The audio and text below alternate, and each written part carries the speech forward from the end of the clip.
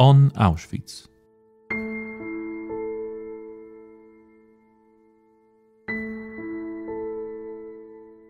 The history of Auschwitz is exceptionally complex. It combined two functions, a concentration camp and extermination center. Nazi Germany persecuted various groups of people there, and the camp complex was continually expanded and transformed.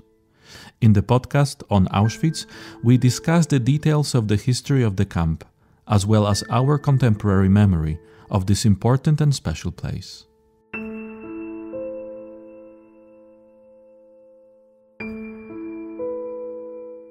Witold Pilecki was imprisoned in Auschwitz on 22 September 1940.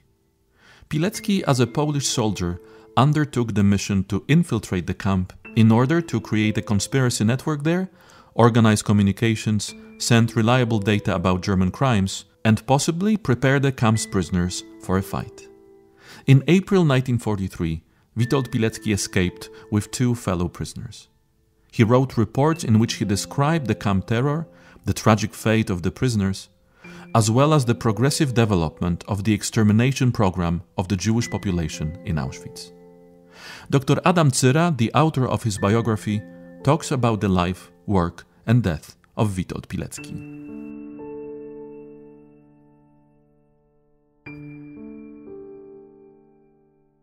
Let us recall how his life looked like before the Second World War.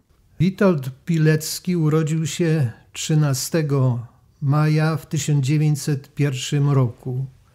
Jego życie toczyło się na tle zmieniających się epok historycznych.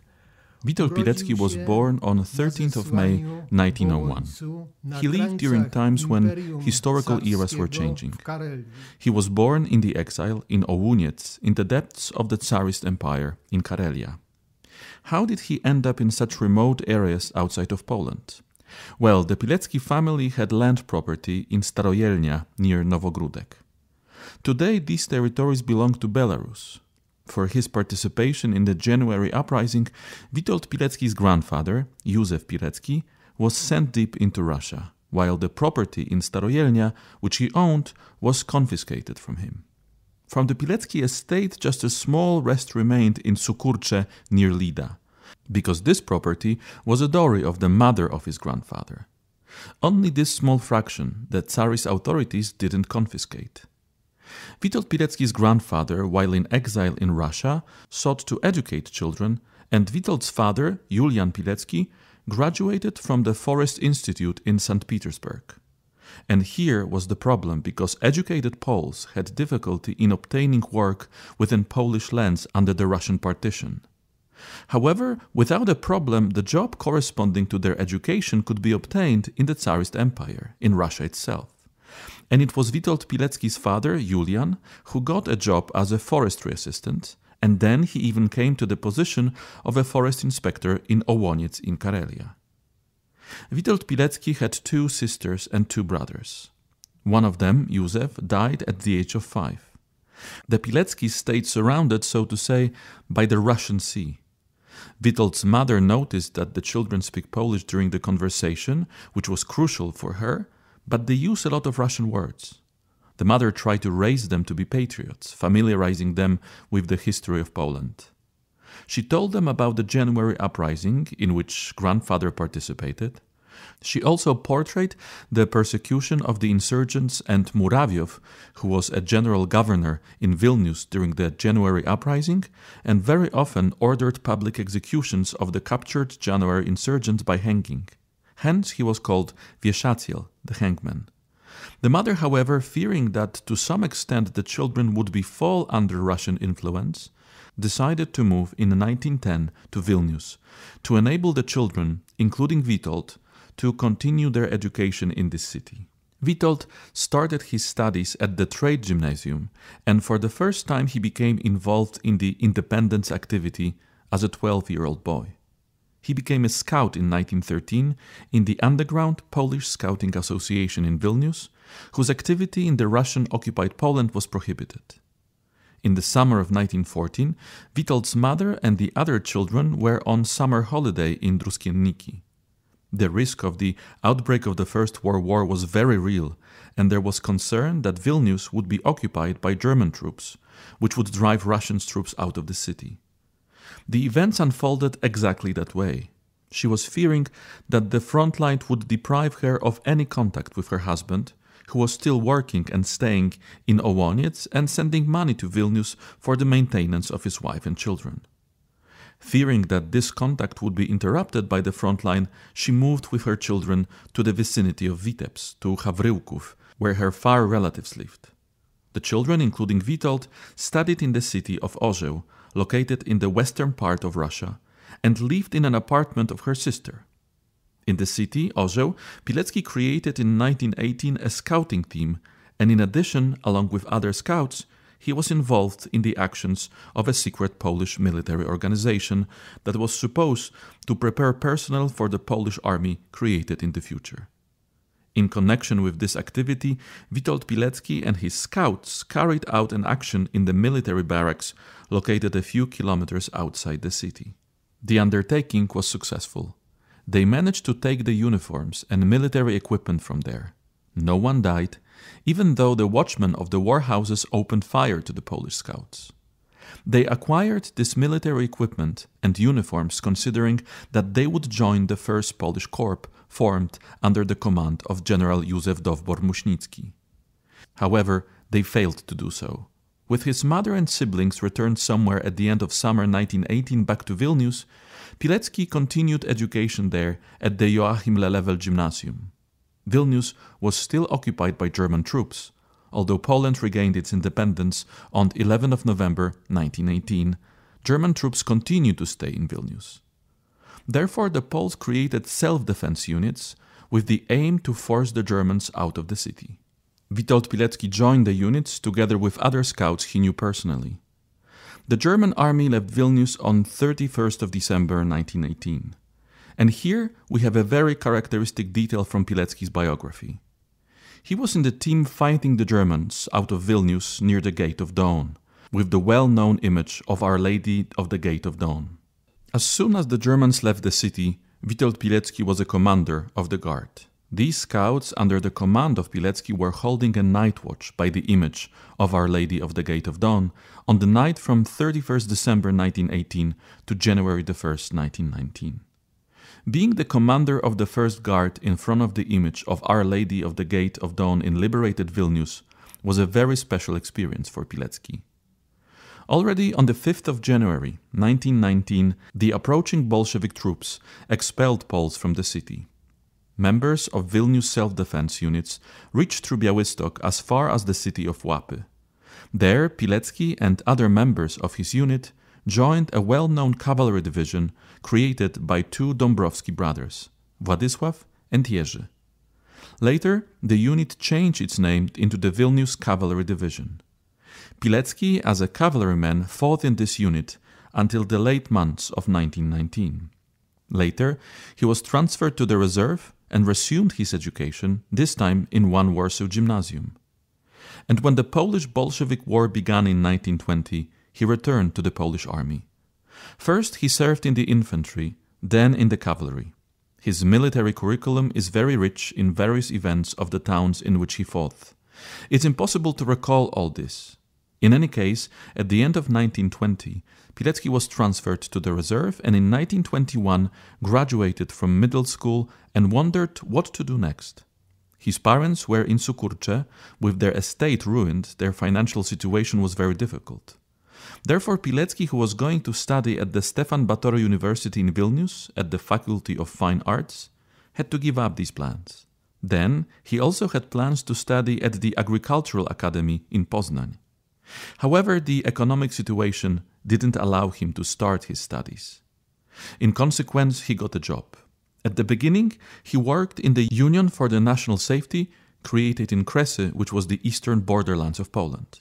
Then, for some time, he was a secretary in one of the courts. It lasted until 1926, when he decided to move near Lida and to take care of the administration of the family estate, since the parents were no longer able to cope with these duties. At the end of the 20s, he met a teacher from the neighboring town of Krupa and married her in 1931.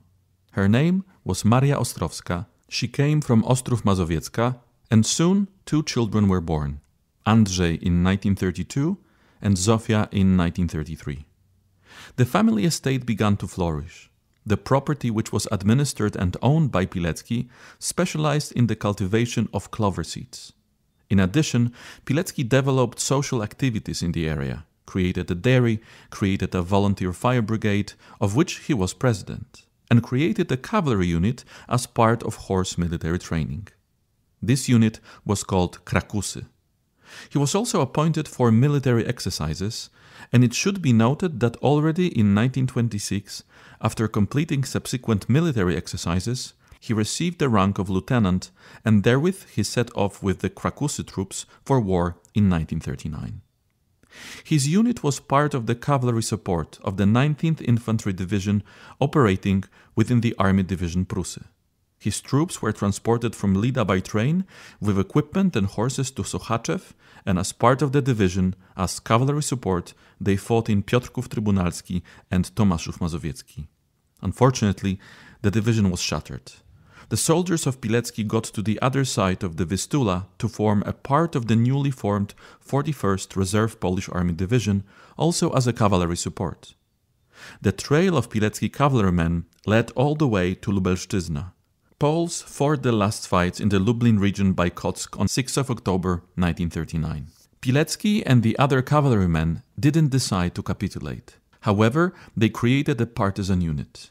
And this partisan unit was still functioning for several days until 17th of October 1939, when it was dissolved. With most of the officers from this unit, Pilecki decided to get to Warsaw. He couldn't return to Sukurcze because the town came under Soviet occupation in course of the division of Polish lands between Nazi Germany and the Soviet Union. While in Warsaw, officers who fought together in the cavalry unit in 1939, including Pilecki, decided to create the secret Polish army. The organization was established in the first half of November 1939.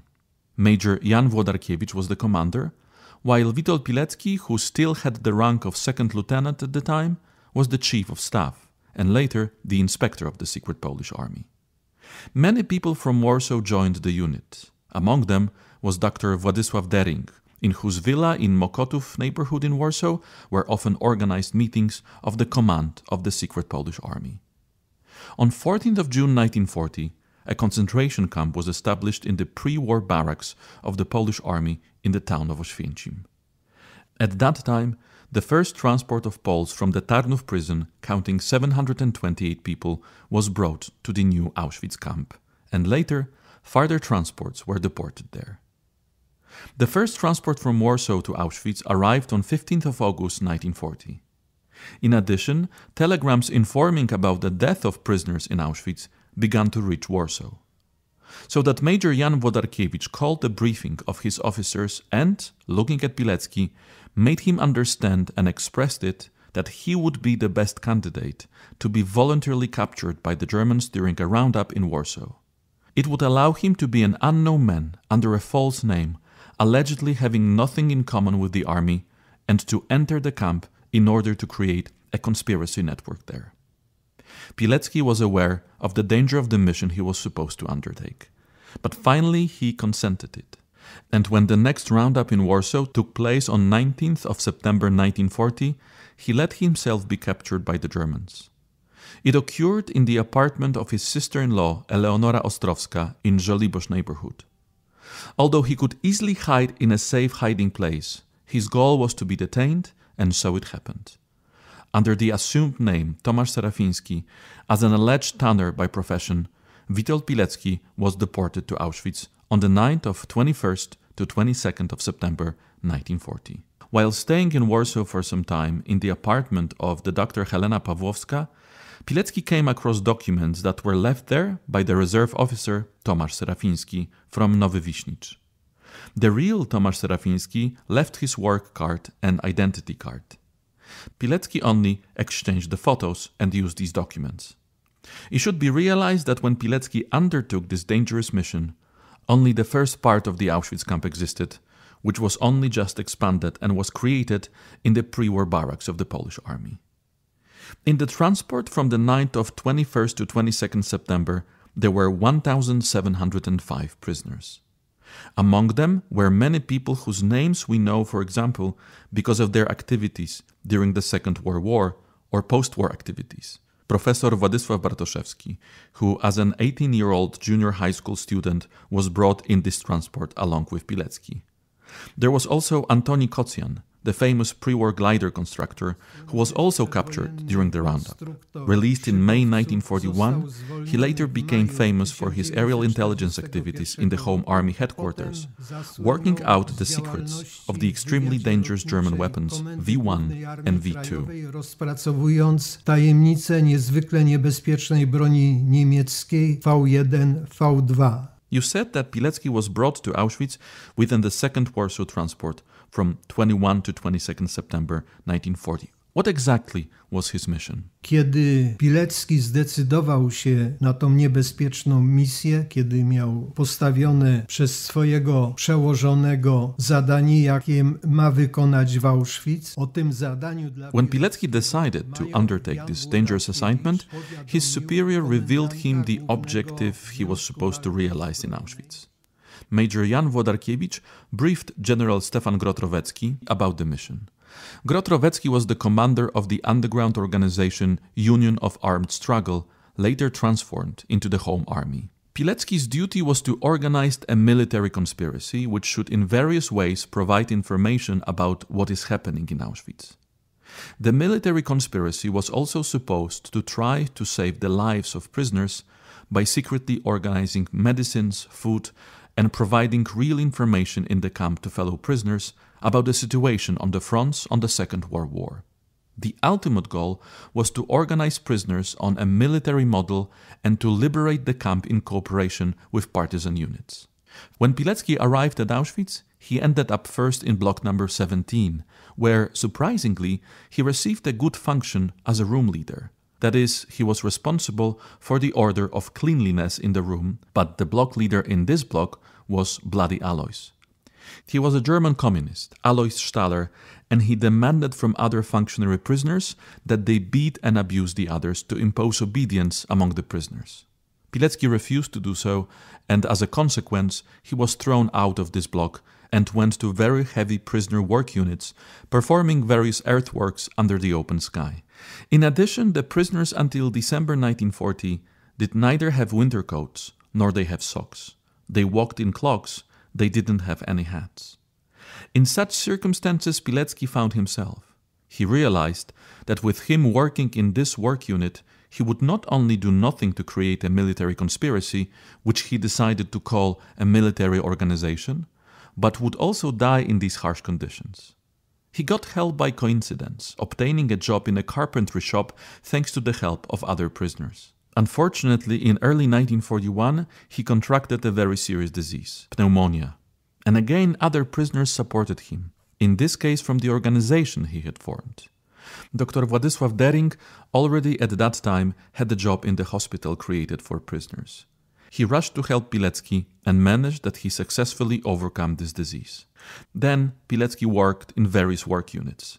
He had the opportunity to meet various prisoners, but he built underground structures primarily based on people who had previously been brought to the camp as members of the secret Polish army.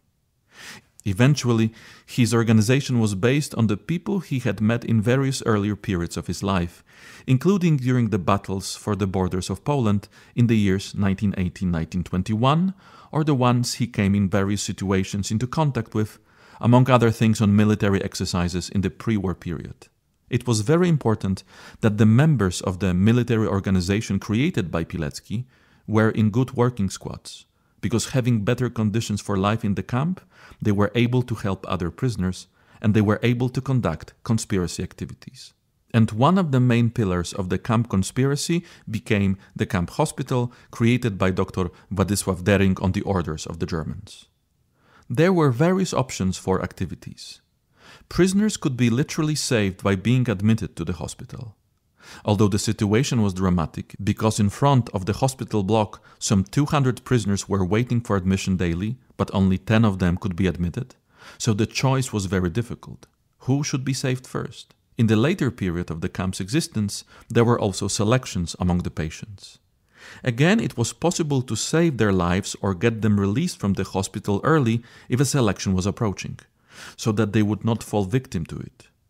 Other options were to hide some prisoners or to conceal the prisoners' cards of those prisoners who had been selected and were already doomed to die in gas chambers. They did it surreptitiously, using destruction of Germans. It also happened that people from the Pilecki's conspiracy, including Dr. Dering himself, withdrew such cards and put them among the cards of prisoners who were supposed to remain in the camp hospital. In addition, as it turned out later, the hospital was also the place of liquidation of camp traitors.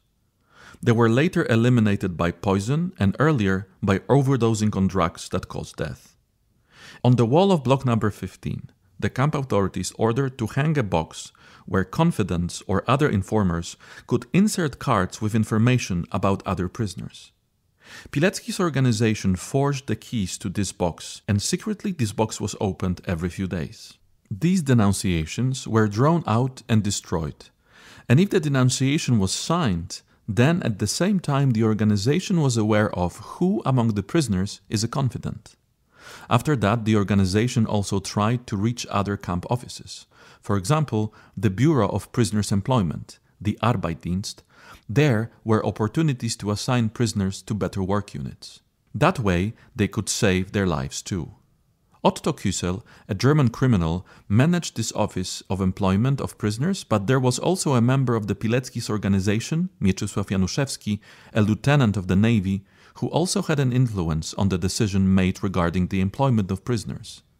And here we could talk about many other activities, because after all, Pilecki passed information from the camp to the general headquarters of the Home Army. Initially, it took place as early as October 1940 through prisoners released from the camp, and the report sent by Pilecki from the camp via a released prisoner reached General Stefan Rowecki. He gave this report and description of the situation in the camp through the secret base Anna in Stockholm to the Polish immigration government in London, and this information had already reached England on 18th of March 1941. Later, such information was also provided through the fugitives. It could be stated that a variety of activities that I do not have time to describe were carried out by the organization in the camp. In this way, the Pilecki's organization also contributed to saving the lives of many prisoners. The ultimate goal was to fight for the camp. Prisoners operating in the structure of the military team organized themselves according to a military model. The ground floor in a given prisoner's block formed a platoon, the second floor formed a second platoon. The entire block formed a division, and several blocks formed a battalion. However, even though Pilecki reporting on the activities of his units applied to undertake a camp fight, the Home Army headquarters didn't consent it. Besides, based on the correct assumption that the German forces are too numerous, well armed, and in addition they thought that even if the action was successful, what was impossible, what to do with the thousands liberated emancipated prisoners. Pilecki, however, at all costs wanted such a fight for the camp to take place, all the more so because the mass extermination of Jews on a large scale had already begun. It started from the spring of 1942, and especially from the spring of 1943 when the construction of 4 large crematoria with gas chambers began in Birkenau. Pilecki's organization also suffered losses. Prisoners being members of the organizations were shot, died due to difficult conditions in the camp, or were transported to other camps due to epidemics. Therefore, Pilecki decided to escape from the camp in the spring of 1943 to present to the officers of the Home Army headquarters in Warsaw the description of the situation in the camp and to strive for the order for the liberation fight of the camp to be released. After a successful escape at the end of April of 1943 with 2 other prisoners, Jan Redzej and Edward Ciesielski, before Pilecki reached Warsaw, he arrived with the other escapees to Bochnia in the first days of May of 1943. He asked for contact with the local command of the Home Army, and this contact was made possible for him. He met with the deputy commander of the Home Army in Nowy Wiśnicz, living in the manor house in Koryznówka. It was a huge surprise for Witold Pilecki because it turned out that the deputy commander was the real Tomasz Serafiński, whose documents were used by Pilecki, and under his name he was detained in the camp.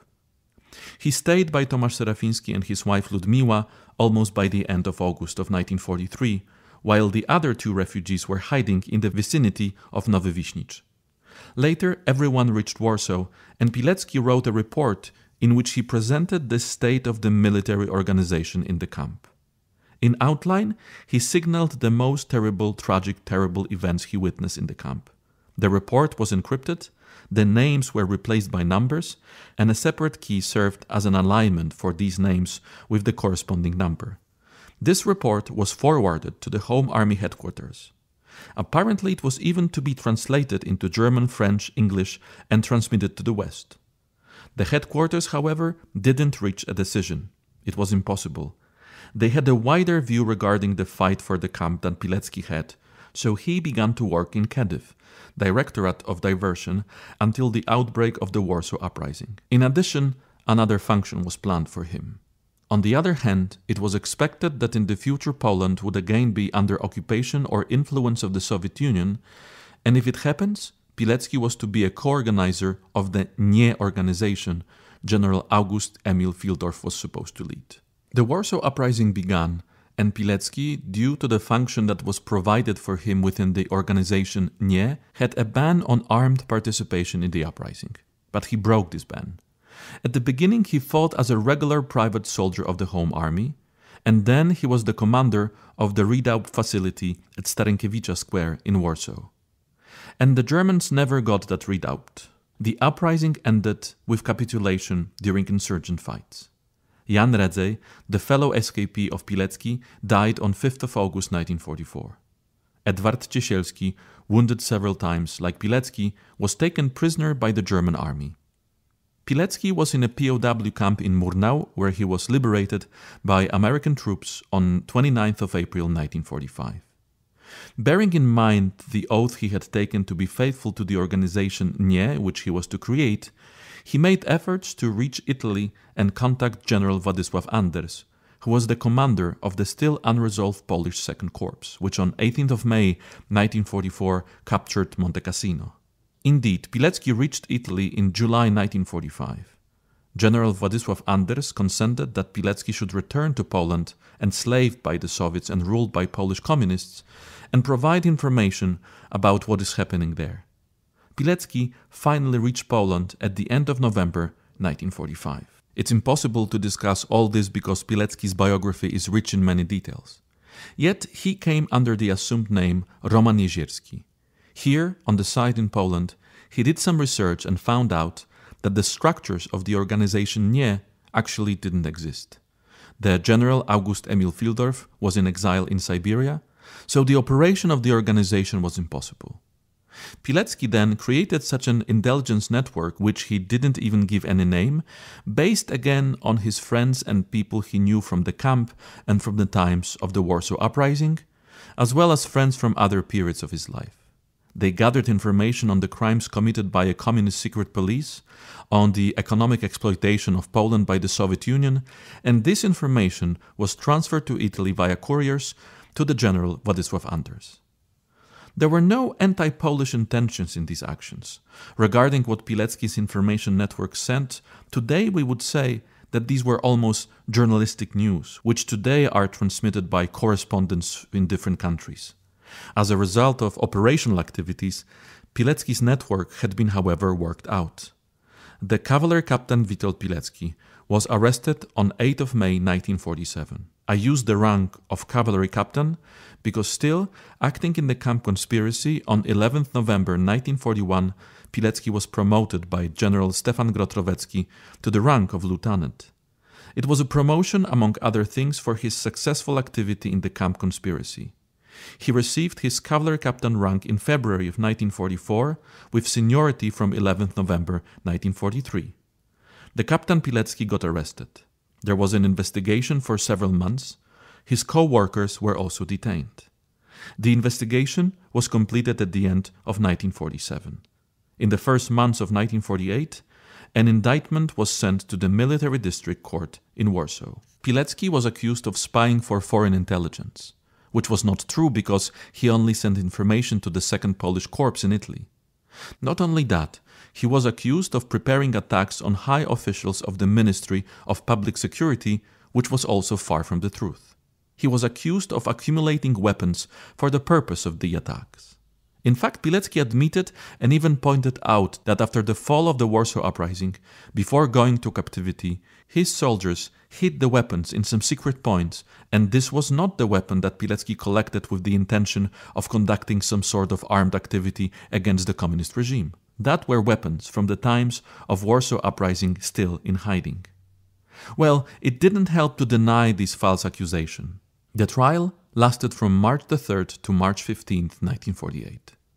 Witold Pilecki was sentenced to death. He was tried with 7 of his co-workers. Maria Szelongowska and Tadeusz Płużański were also sentenced to death. Makary Sieracki got a life imprisonment. The other accused were sentenced to several years in prison. The Supreme Court confirmed the sentence on 3rd of May 1948. The request for pardon to the communist president Bolesław Bierut was written by Pilecki himself, by his wife, and by Pilecki's lawyer Lech Buszkowski. In the case of the 2 other defendants, Maria Szelongowska and Tadeusz Płużański, also sentenced to death, such a request for pardon was also written. Bierut accepted the requests regarding both Maria Szelongowska and Tadeusz Płużański and condemned them to a long-term imprisonment.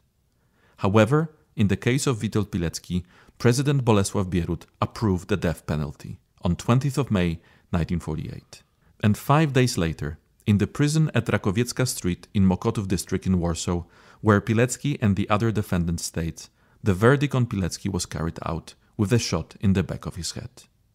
His killer was Sergeant Piotr Śmietański. The body of Witold Pilecki was probably buried under the wall of the Powązki cemetery in the so-called meadow, which was later included in the structures of the cemetery.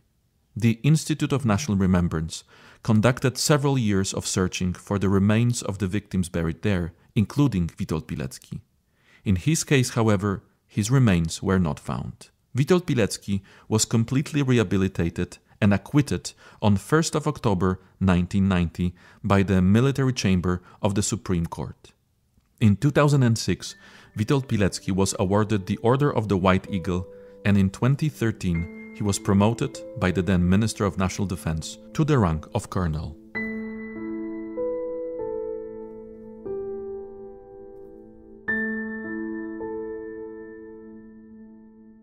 All episodes of the On Auschwitz podcast are available at auschwitz.org/podcasts. We kindly ask you to support our mission and share our podcast in social media.